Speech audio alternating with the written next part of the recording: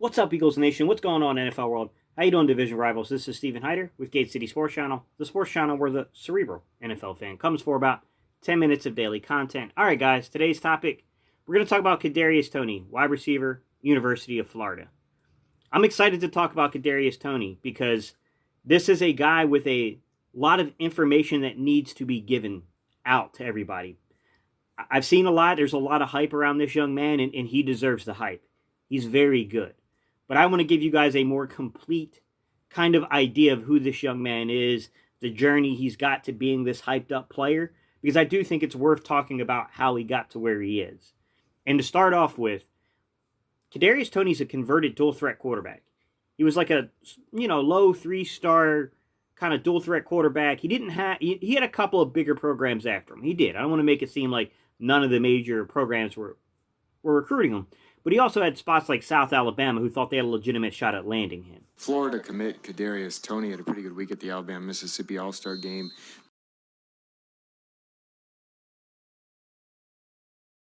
Moving around the field and actually playing a lot of quarterbacks, surprisingly. When we had a chance to talk to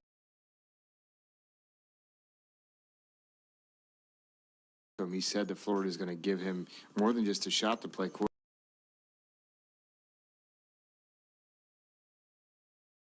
He said, as far as he's concerned, he's committed there as a quarterback, which is... So, I mean, he was far from being a heralded prospect coming in to the SEC, guys. It's not, that's not what his journey took him through. But with that said, he's a great story about a guy that worked hard and put the time and effort in and converted himself into a different position group with a certain skill set. And I think that's admirable when you look at Kadarius Toney. But I will tell you, was when I did my videos and I talked about people like Ron Delmore, I told you, scouting. When you look at the scouting world, there are two of these really weird beliefs that come out of the scouting world. Guys, I'm not saying that I subscribe to these beliefs once again. That's not what I'm saying. I'm saying that know these beliefs are out there and know the success rate. Look into it yourself and make your own informed decision on how much weight you put into this stuff. The first thing is they tell you early production normally translates very well to NFL production. Here comes a blitz.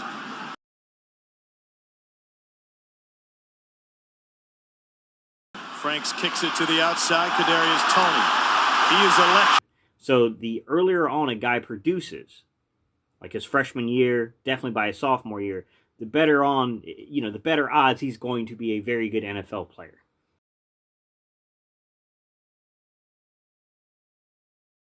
Meyer left and Mullen left as the direct snap here to Toney, the Wildcat quarterback. Gets the first. And then the second thing is his yards per receptions, yards per route run, basically. We'll get into both of those aspects. But let's start with the first one. He wasn't an early producer.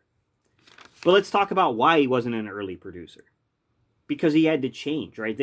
He was labeled kind of a gadget player. They're at the 20-yard line. This is going to be a double pass. Toney to the end zone. Right? Like a guy that you could put in the slot. They played him a little bit on the outside. They had him out of the backfield. They didn't really know what to do with him at first. I mean, he had to go through this phase of figuring out who he was, learning the in and outs of playing a position. And to kind of make this point very clear, guys, in 2018, he took more snaps outside than he did inside. And that was the only season that happened. Because by the following season, by 2019, it was pretty clear what he was, guys. He didn't play a whole lot in 2019, but if you look at the amount of snaps from the slot compared to out wide, you see a drastic changing really, really suddenly. Now, mind you, we're talking about less than like 100 total snaps. So, weigh it with a grain of salt here, guys, obviously. But by the time we get to 2020, guys, he's taking 613 total snaps. 505 of those are from the slot. 80 of those are out wide. My question is, though, when you look at Kadarius Toney's physical makeup, I do wonder if teams will just say, hey, are they going to make the Nelson Aguilar mistake, is what I'm getting to here, guys. He's 6 foot, 193 pounds. He ran a 4.41 official 40 time. I think his unofficial was a 4.38, but they changed it to a 4.41 when they did the official. He jumped 41 inches in the air, guys. He's got an 86.3 grade versus man coverage. He's got a lot of traits that I think might cause teams to think like flanker. Grantham a chance to dial it up. Trask.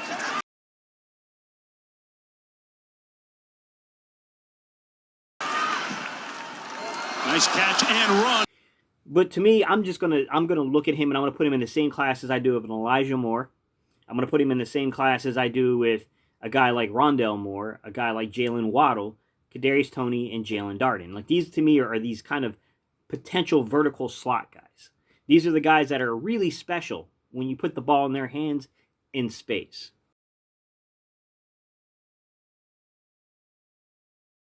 That last catch on the play, setting up a 3rd down and 9.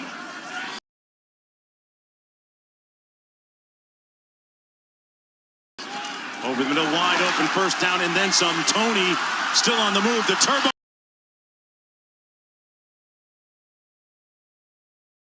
Kicking in. Toney, TNT. And I'm going to get into some of that. The first thing I'll start with, guys, is that on 70 receptions this past season, guys, he broke 20 tackles. Work on it regularly. Trask on target. They can convert on 3rd and 5. Toney wants much more. Boy, is he a hard guy to get down. He breaks tackles. And if you watch his film, it's tremendous what he can do on film. It's 3 grabs on 5 targets so far. Little tunnel screen here set up for Toney. Toney so electric, still on his feet. Kadarius Toney.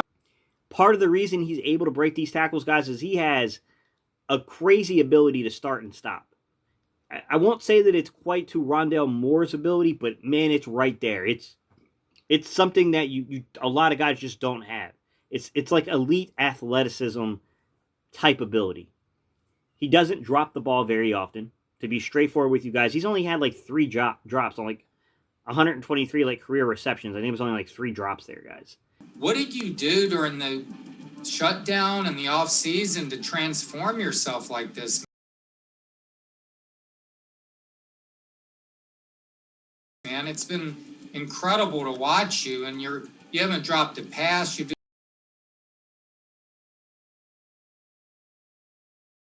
You could say it became natural through teaching, I guess.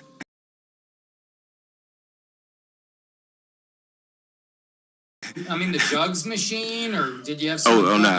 No, sir. Nah. 2 of them came this past season, and they were on the shorter side of things, like between 1 to 9 yards across the middle of the field. Which, I mean, to me, what that would speak to me is that this guy's not like a possession kind of, he doesn't really work the boundary side of the field very well. I mean, if you look at his route map and like where he was killing people, what I will say is I love the fact that he was versatile. He has 9 deep attempts. I mean, I know that doesn't look good, guys, but it's really not that bad. He's like right there in terms of like what Jalen Waddle had. I know Jalen Waddle played a lot less games, but it's like right there. When you look at the medium, what they call between like 10 yards and 19 yards, guys, he has 22 attempts there. And in the short, 1 to 9 yard, 33 attempts. Behind the line of scrimmage, 20 attempts. So, I mean, he's varied into it. He doesn't, like I said, guys, if you look out here, you can see only 7 attempts on the left-hand side. So the left-hand side is generally what they would consider to be a boundary side of the field. He doesn't work the boundary side that much, but he's had success when he's out there. He got one touchdown on between 10 and 19 yards towards the boundary side, and he got 1 touchdown above 20 yards towards the boundary side. Now, the most of his production did come right across the middle, guys. Look at that middle and look at it lit up. Right? He's got, 2, 4, 5, 6 touchdowns just across the middle. You look at how many, 49 out of, 49 receptions there, so 49 out of, 70 receptions came right across the middle. And then, if you look to the right side, guys, he worked the right side or the flanker, the field side, a little bit more than he did the boundary. 14 receptions on 16 attempts. He was pretty good out that way. But to be honest with you, look at the right side, and there's not a single touchdown. So he didn't produce any touchdown from that side. Look, I mean, no one's going to be a completely perfect prospect, guys. It's just the way this is. I mean, I like what I see here because when you really go back to the film and talking about him only really dropping 2 balls this season, 3 over the course of his career, guys, part of that is he's pretty fundamentally sound for a guy that didn't play a lot of wide receiver until he got to the college. Inside the Gator 49. Trask going to go deep. Scott Toney. And he's got it. Touchdown. If you watch his film really closely, guys, he's not a body catcher. He's not. He plucks the ball out of the air very cleanly. I mean, there's a lot to really love about this young man. At the end of the first half, Trask in the pocket, wide open.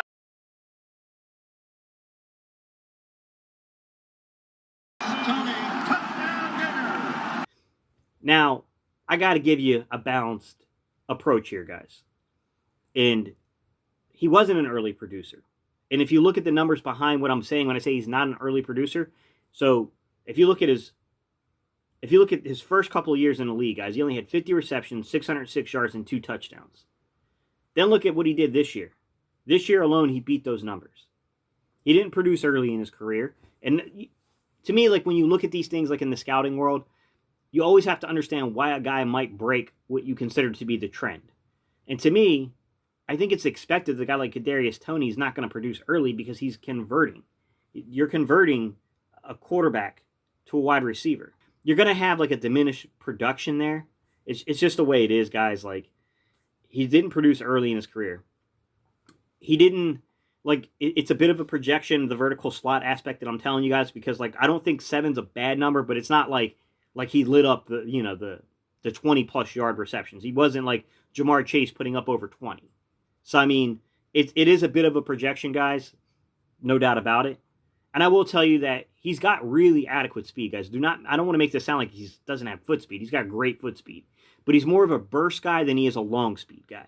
I don't know that he has the 40 time kind of shows you. There's guys that definitely ate him up on the 40, but I guarantee you if you probably condensed that and we took it down to his 10-yard split, I bet you he looks pretty good on the 10-yard split, to be quite honest, because he's definitely got that burst on film. You can see it. He's not a contested catch guy. I think he only had like 10 contested catch opportunities on the season, or maybe it was his career. I can't remember, guys. But he's not a very. He's just not that guy. He's never going to be that guy for you. That's not the way he's built. That's not the strength of his game. And then last but not least, guys, as you might imagine, being a guy who didn't have early production because he was converted from a quarterback to a wide receiver, a guy that really took all the way until 2020 to really burst on the scene and kind of show you what he had. He's not the greatest or the most polished route runner yet.